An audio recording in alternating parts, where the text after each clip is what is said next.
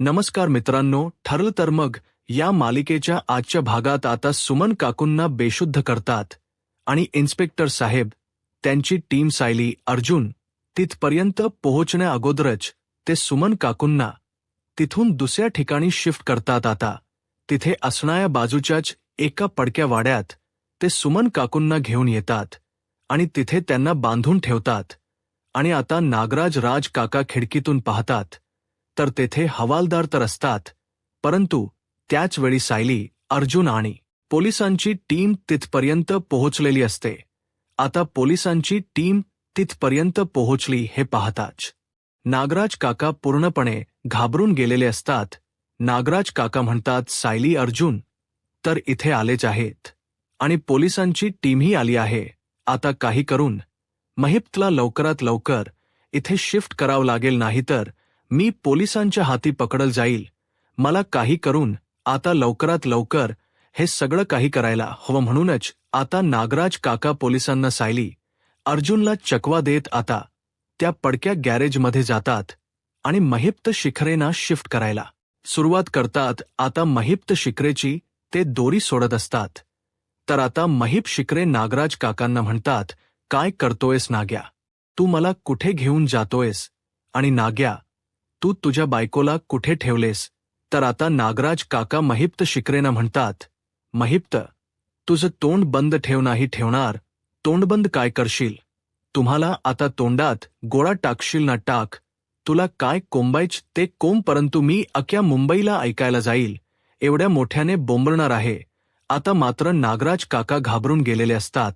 हा आवाज पोलिसांपर्यंत जाऊ नये यासाठी नागराज काका आता महिपाशिकच्या तोंडात रुमाल कुंपतात आणि म्हणतात, आवाज बंद करायचा. नागराज काका म्हणतात, याला आता बेशुद्धच करावे लागेल, याशिवाय हा काही गप्प बसणार नाही. इकडे तर नागराज राज काका पूर्णपणे घाबरून गेलेले असतात आणि म्हणूनच इथे कोणी आलं तर नाही ना हे पाहण्यासाठी नागराज काका त्या फटीतून बाहेर पाहतात. तर पोलिसांची टीम आता सायली अर्जुन सर्वच जण तिथे आसपास कोणी आहे का, सुमन काकू सापडतात का याचा शोध घेत असतात. आणि आता मात्र हे सगळं काही पाहिल्यानंतर नागराज काकांना भीती असते की कुठल्याही क्षणी पोलीस आणि सायली अर्जुन आपल्यापर्यंत पोहोचू शकतात. तर आता इथे नागराज काकांचं लक्ष नाही. या संधीचा फायदा घेत आता त्याचवेळी महिप्त शिकडेत यांच्या तोंडातील रुमालाचा गोळा कसाबसा खाली टाकतात आणि आपल्या माणसाला आवाज देत म्हणतात, अरे रम्या. परंतु त्याचवेळी तिथे प्रिया आलेली असते. आता प्रिया धावत पडत तिथे येते आणि पुन्हा एकदा महिप्त शिखरेच्या तोंडात रुमाल कोंबून ठेवते. आता मात्र महिप शिखरेंना बोलता येत नसतं, परंतु महिप्त शिखरेचा आवाज तिथे असणाऱ्या पोलिसांच्या टीमपर्यंत आणि सायली अर्जुनपर्यंत पोहोचलेला असतो. सर्वजण मागे पाहतात. आता नागराज काका घाबरतात आणि प्रियाला म्हणतात की त्याचं तोंड बंद कर. तर त्यानंतर आता अर्जुन म्हणू लागतो, आवाज तर इकडूनच आला आहे, आपल्याला इकडेच पाहावं लागेल. असं म्हणत सर्वजण गॅरेजच्या दिशेने येत असतात. तर दुसरीकडे नागराज काका आता प्रियावर चिरतात आणि म्हणतात, तू आता आली आहेस का? मला वाटलं होतं की माझी तिरडीच उचलायला येणार आहेस. तर प्रिया म्हणते, मी आहे ना म्हणून तुम्ही जिवंत आहात, त्यामुळे उगाच बडबड करू नका. सायली अर्जुन कुठल्याही क्षणी इथे येतील, त्या अगोदर आपल्याला यांना इथून घेऊन जावं लागेल, कळते का तुम्हाला? सायली अर्जुन दरवाजापर्यंत आलेत. आता काही करून यांना इथून घेऊन जावं लागेल आणि म्हणूनच आता नागराज काका आणि प्रिया महिप शिखरे यांना उचलून घेऊन जात असतात. परंतु महिप्त शिखरे काही त्यांना ऐकत नसतात. ते स्वतःला सोडून घेण्याचा प्रयत्न करत असतात आणि शेवटी नागराज काका आणि प्रियांचा नाईलाज होतो. दोघेही त्यांना पुन्हा एकदा खुर्चीवर बसवतात. तर आता नागराज काका म्हणू लागतात, याला तर जास्त जोर आला, याला असं वाटत की आता हा सुटणारच आहे. तर प्रिया म्हणते, हे स्वतःला सोडून घेऊ शकतात, त्या अगोदरच आपल्याला यांचा बंदोबस्त करावा लागणार आहे, कळते का तुम्हाला? असं म्हणत प्रिया आता म्हणू लागते, आता मलाच काहीतरी करावं लागेल, कारण तुमच्याने तर काही होणारच नाहीये. तर नागराज काका म्हणतात, तू तरी गप्प बसतेस का? आता मी नक्की कोणाला गप्प करू? याला गप्प करू की तुला गप्प करू? तर प्रिया म्हणते, मला नको, यांनाच गप्प करा. आता मात्र प्रिया म्हणते, नाही नाही, तुम्हाला तर ते नाही झेपणार, कारण तुम्हाला हे आता सगळं काही ऐनवेळी सुचत या अगोदर तुम्हाला कळालं नव्हतं का? हे सगळं काही शहाणपण करण्या अगोदरच विचार करायला हवा होता. सुमनला इथे घेऊन ऊनच का आलात? काय गरज होती सुमनला इथे बांधून ठेवायची? तर आता नागराज काका म्हणतात, अगं बाई, तू जरा गप्प बस अगोदर, याला इथून घेऊन जाऊ, मग तुला सगळं काही सांगतो. असं म्हणत प्रियाला ते शांत करतात. प्रिया आता तिने आणलेल गुंगीच औषध रुमालावर स्प्रे करते आणि महिपात शिकरेंना बेशुद्ध करायला घेते. परंतु महिप्त शिकरे काही दोघांनाही पेलत नसतात. ते दोघांनाही चांगलंच हैराण करून सोडतात. परंतु कसं बस प्रियाने आता महिप्त शिकरेंना बेशुद्ध केलेलं असं आता प्रिया पुन्हा एकदा फटीतून पाहते. तर तिच्या लक्षात येतं की सायली, अर्जुन आणि पोलिसांची टीम अजूनही दरवाजा समोरच आहे. तर प्रिया नागराज काकांना म्हणते, हे पहा, तुम्ही इथेच थांबा, मी येते. तर आता नागराज काका म्हणतात, तू कुठे निघालीस? तर प्रिया म्हणते, सगळं सांगायला मला वेळ नाहीये, मी आलेच. असं म्हणत आता प्रिया धावत पळत तिथून निघून जाते. तर दुसरीकडे सायली हे सगळं काही पाहते आणि म्हणू लागते, हे तर गॅरेज वापरातलंही नाहीये, मग सुमन काकू इथे का आले असाव्यात? तर अर्जुन म्हणतो, कदाचित नागराज काकांचा पाठलाग करतच सुमन काकू इथपर्यंत पोहोचले असतील. सायली म्हणते, ते काही असो, परंतु आपण सुमन काकूंना सांगितलं होतं ना, स्वतःला धोका पोहोचेल असं काहीही करू नका. या जागी सुमन काकू का आल्या असाव्यात? हे सगळं काही पाहिल्यानंतर मला खरंच खूप भीती वाटत आहे. मला सुमन काकूंची काळजी वाटत आहे. सुमन काकूंनी एवढा मोठा धोका का पत्कारला असेल? तर अर्जुन म्हणतो, त्यावर आपण नंतर बोलू, परंतु आता आपल्याला आतमध्ये जाऊन पाहावं लागेल. आणि म्हणूनच सायली, अर्जुन आणि पोलिसांची टीम त्या गॅरेजच्या आतमध्ये जाणार. परंतु त्याच वेळी सायली, अर्जुन आणि पोलिसांची टीम आतमध्ये जाऊ नये, त्यांची दिशा भूल व्हावी यासाठी प्रिया बाहेरूनच मोठ्याने ओरडते, वाचवा वाचवा मला. आता मात्र पोलीस आणि सायली, अर्जुन हा आवाज ऐकतात आणि गॅरेजमध्ये न जाता मागच्या पावली मागे येतात आणि पुन्हा एकदा कोणाचा आवाज येत आहे हे पाहण्यासाठी इकडे तिकडे पाहू लागतात. तर आता अर्जुन म्हणू लागतो, हा आवाज तर इथूनच आला होता ना? कोणी आवाज दिला असेल, कोणाला काहीच कळत नसतं. पोलीसही या सगळ्याचा शोध घेत असतात. आता प्रिया मुद्दामेक पुन्हा एकदा ओरडते आणि म्हणते, वाचवा मला, वाचवा. आणि आता धावत पळत सुटते. हे सगळं काही अर्जुन आणि इन्स्पेक्टर साहेब यांनी पाहिलेलं असतं आणि म्हणून ते सर्वच जण आता प्रियाचा पाठलाग करत त्या गॅरेजच्या ब्यापैकी दूरपर्यंत आलेले असतात. तर दुसरीकडे नागराज काका आता महिप्त शिकरेना त्या ठिकाणावरून दुसऱ्या ठिकाणी शिफ्ट करत असतात. तर इकडे पाहायला मिळतं, आता प्रिया त्या सर्वांनाच त्या गॅरेजपासून यापैकी लांब घेऊन येते आणि त्यानंतर एका झाडामागे लपते.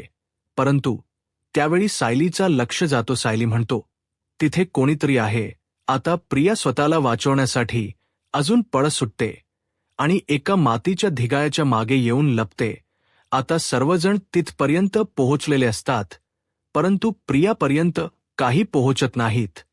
तर आता इन्स्पेक्टर साहेब हवालदार साहेबांना म्हणू लागतात, त्या भिंतीच्या आड कोणी आहे का बघा. आता हवालदार साहेब सगळीकडे शोधतात, परंतु त्यांना तिथे कोणीच दिसत नाही. ते इन्स्पेक्टर साहेबांना म्हणू लागतात, साहेब इथे तर कोणीच नाहीये. तर अर्जुन म्हणतो, आपल्याला आवाज तर आला, मग आपल्या समोर धावणारी व्यक्ती कुठे आहे? कुठे गायब झाली असेल? इन्स्पेक्टर साहेब म्हणतात, आपण इकडेही शोधूयात. असं म्हणत सगळीकडे आजूबाजूला शोधू लागतात. तर इकडे प्रिया मनाशीच म्हणते की यांना मी गॅरेजपासून ब्यापैकी दूर घेऊन आले आहे आणि याच वेळी नागोबाने नक्कीच महिप्तला शिफ्ट केलं असणार. आणि असा विचार करत प्रिया पुन्हा एकदा त्यांना चकवा देत तिथून निघून जाते. आता सायली, अर्जुन पोलिसांची टीम ह्या सगळ्यांना तिथेच शोधत असते. नक्की आपल्याला आवाज कोणी दिला, नक्की इथे कोण लपला आहे, परंतु काही केला त्यांच्या हाती मात्र काहीच लागत नाही. तर दुसरीकडे प्रिया धावत पळत महिप्त शिकरेना ज्या ठिकाणी नागराज काका घेऊन आलेले असतात त्या ठिकाणी येते आणि म्हणू लागते, तुम्ही महिप्त शिकरेना इथे घेऊन आला आहात. तर आता प्रियाला नागराज काका म्हणतात, हो, कारण दुसरा मार्ग नव्हता. तर प्रिया म्हणते, परंतु सायली, अर्जुनला मी यासाठी तर एवढ्या दूरपर्यंत घेऊन गेली, त्यांची दिशाभूल केली. तर आता नागराज काका म्हणतात, उपकार नाही केलेस, चल आतमध्ये. तर आता प्रिया म्हणते, अहो हळू बोला ना, तुम्ही नाव काय घेताय, हाला कळते का हो? तुमची इथे बायको सुद्धा आहे ना, की तिच्यासाठी वेगळा महाल बांधला आहे. तर नागराज काका म्हणतात, काळजी करू नकोस, तिला सुद्धा मी बेशुद्ध केला आहे. प्रिया म्हणते, खरं सांगताय ना तुम्ही? नागराज काका म्हणतात, हो, 4 वेळा मी चेक केला आहे, ती बेशुद्ध आहे, त्यामुळे तू चल आतमध्ये. असं म्हणत नागराज काका आणि प्रिया आता दुसऱ्या ठिकाणी येऊन लपलेले असतात. तर दुसरीकडे पाहायला मिळत कल्पनाई आता अस्मिताला तिच्या रूमच्या बाहेर घेऊन येतात आणि म्हणतात, अस्मिता बाळाजा, आता आराम कर, मी तुझ्यासाठी दूध घेऊन येते. तर आता अस्मिता म्हणते, नको ना ग मम्मा. तर कल्पना ताई म्हणतात, मी तुला विचारत नाहीये, मी तुझ्यासाठी दूध घेऊन येते म्हणतात. परंतु त्या गॅरेज जवळही आपल्याला कोणाचा तरी आवाज ऐकू आला होता. अर्जुन म्हणतो, हो, पण तो आवाज पुरुषाचा होता आणि हा आवाज एका बाईचा होता. तर सायली म्हणते, याचाच अर्थ आपण गॅरेजच्या आतमध्ये जाऊ नये, यासाठी कोणीतरी आपली दिशाभूल केली, म्हणजेच सुमन काकू त्या गॅरेजमध्येच असू शकतात का? तर अर्जुन म्हणतो, शक्यता नाकारता येत नाही. आणि म्हणूनच सर्वजण धावत पळत आता गॅरेजच्या दिशेने निघालेले असतात. तर दुसरीकडे पाहायला मिळतं, पूर्णा चिडलेले असतात. पूर्णाजी म्हणू लागतात, कधी नव्हे त्या तन्वीला मी पोळ्या बनवायला सांगितलं, परंतु तिथे सुद्धा तिने काम सुकारपणा केला आणि मला चकवा देत पळून गेलीच. माणसाने किती काम सुकार असावं. तर इकडे कल्पनाताई धावत पळत किचनमध्ये येतात. तर आता त्या लिंबू सरबत बनवायला घेतात. तर त्याचवेळी पूर्णाजी विचारतात, काय झाले, तू एवढी का घाबरलीस? तर कल्पना ताई म्हणतात, अहो, अस्मिताची तब्येत पुन्हा एकदा खालावली आहे, तिला धाप लागली आणि ती बेशुद्ध झाली आहे. पूर्णाजी म्हणतात, काय, आणि अश्विनला तू फोन केलायस का? तर कल्पना ताई म्हणतात, हो, अश्विनला मी फोन केला आहे, परंतु हे सगळं काही घडतंय या सगळ्याला कारणीभूत तो सचिनच आहे.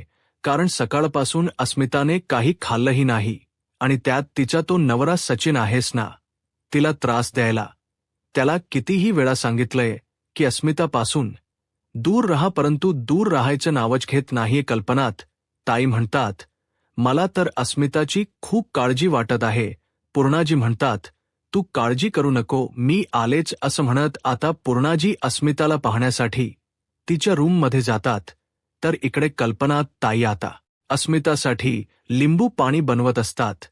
तर दुसरीकडे पाहायला मिळतं, प्रिया नागराज काकांना विचारते की हे दोघेही बेशुद्ध आहेत ना? तर नागराज काका म्हणतात, दिसत नाहीये का तुला? आता प्रिया सुमन काकूंच्या समोर जाते आणि नागराज काकांना म्हणते, हो, तुमच्या बायकोची काही अवस्था करून ठेवली आता, तर मलाला बिचारीची दया येऊ लागली आहे. नागराज काका म्हणतात, दया? अग, ही बाई आपल्यासाठी किती धोकायची आहे ना, ते तुला माहीत नाहीये.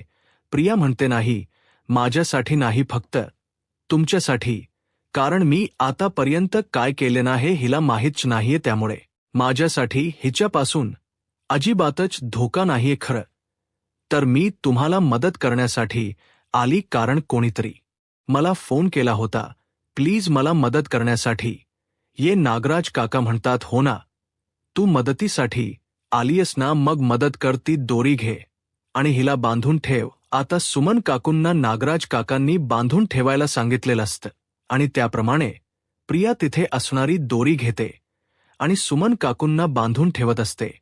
तर इकडे नागराज काका महिपा शिकरेंना बांधत असतात. आता ज्यावेळी प्रिया सुमन काकूंना बांधत असते, त्याचवेळी सुमन काकूंना हळूहळू शुद्ध येत असते. सुमन काकूने प्रियाच्या पायातील चप्पल आणि हळूहळू तिचा चेहराही धुरकटपणे पाहिलेला असतो. रियाच लक्ष जातो. प्रिया नागराज काकांना म्हणते, अहो हिला शुद्ध येते.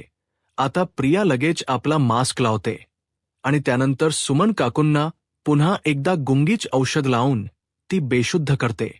आणि त्यानंतर सुमन काकू आणि महिप्त शिकरे या दोघांनाही ते तिथे बांधून ठेवतात.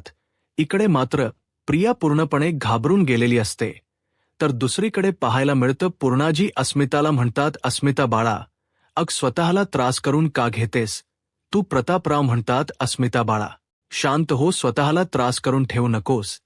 तर आता कल्पनाताई अस्मितासाठी लिंबू सरबत घेऊन येतात आणि म्हणतात, अस्मिता बाळा हे घे, लिंबू पाणी पिऊन घे. तर अस्मिता नकार देते. प्रतापराव म्हणतात, अग तू अशी रडत राहिलीस तर कसं होईल? तू थोड तरी काहीतरी खाऊन घे. परंतु आता पुन्हा एकदा अस्मिता बेशुद्ध होते.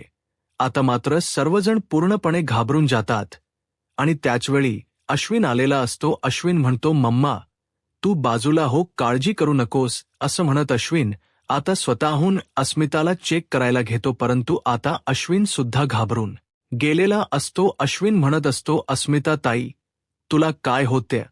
तुला जास्त त्रास होतोय का? तुला चक्कर येते का? परंतु अस्मिता मात्र काही सांगण्याच्या मनस्थितीतच नसते. ती बेशुद्ध झालेली असते. आता अश्विन तिला चेक करत असतो. तर दुसरीकडे पाहायला मिळतं सायली, अर्जुन आणि पोलिसांची टीम पुन्हा एकदा गॅरेजच्या ठिकाणी पोहोचलेली असते. सर्वजण गॅरेजच्या दिशेने गॅरेजच्या आतमध्ये जाऊ लागतात. तर दुसरीकडे पाहायला मिळतं आता अश्विन अस्मिताला चेक करतो आणि म्हणू लागतो, आता हिची तब्येत ठीक आहे, परंतु हे सगळं काही ट्रेसमुळे होत आहे. आणि पुन्हा जर असं तिला त्रास झाला, पुन्हा जर तिला चक्कर आली, तर हे सगळं काही हाताबाहेर जाऊ शकतं. आता मात्र सर्वजण अस्मिताची काळजी करत असतात. सर्वांना अस्मिताची काळजी वाटत असते. तर दुसरीकडे पाहायला मिळतं सायली, अर्जुन, इन्स्पेक्टर साहेब सर्वजण गॅरेजमध्ये पोहोचलेले असतात.